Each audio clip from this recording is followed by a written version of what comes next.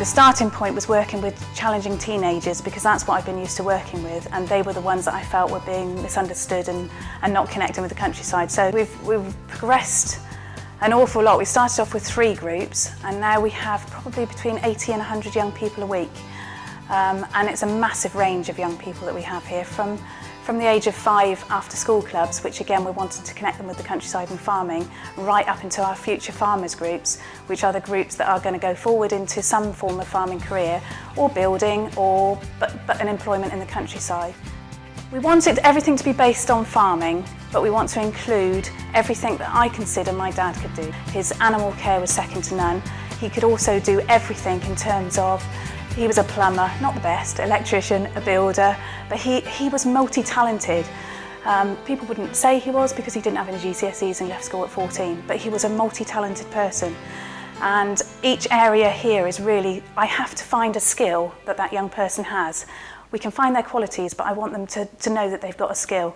So everything we've built up here really, I guess, in terms of the sensory area, that's a place where some of the future farmers or enrichment groups, they get angry, they're frustrated, they've got learning difficulties and they need somewhere to go. So we've put a sensory area that they feel safe in and they can express themselves. We've got a pond area so that anybody with ADHD we can say, you can concentrate. They'll be down there for 2 hours with a fishing rod. You know, and this is somebody who can't sit in a chair for 10 minutes. So that works for them. And it's just evolving to what we see works for the young people. The thing that works for nearly everybody here is the contact with the animals. The danger and risks of them working around animals is the really big thing.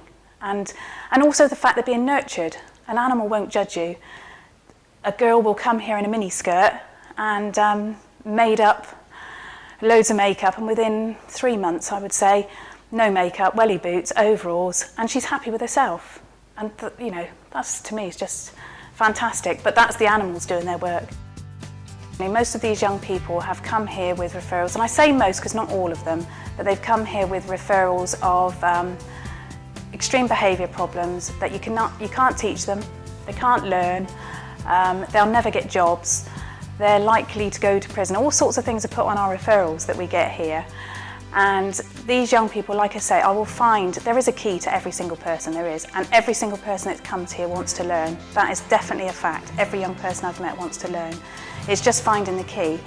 And by offering them as many opportunities as possible, whether it's agriculture, horticulture, building, plumbing, cooking, you will find something that inspires them, something that they love, that they connect to. And if they do, then they'll go forward in their careers. We've been really successful, I can say. All of our young people that reach year 11 have gone on to Kingston Moorwood College, and there were young people that couldn't have gone there before, or they've gone on to other jobs. Not all in farming, some of them's in, we've got some this year going into mechanics, but they've all left here with City and Guilds qualifications. But the main thing, although schools like that, the main thing is the enrichment experience of them having the confidence to promote themselves and going, I have the skills to get a job, I can get a job, and a work ethic. So everybody has got jobs or gone into college that's left here. And if you heard the reputation they had beforehand, it's quite astounding how far they've travelled. And that's what amazes, I guess that's why I do it, that's what amazes me.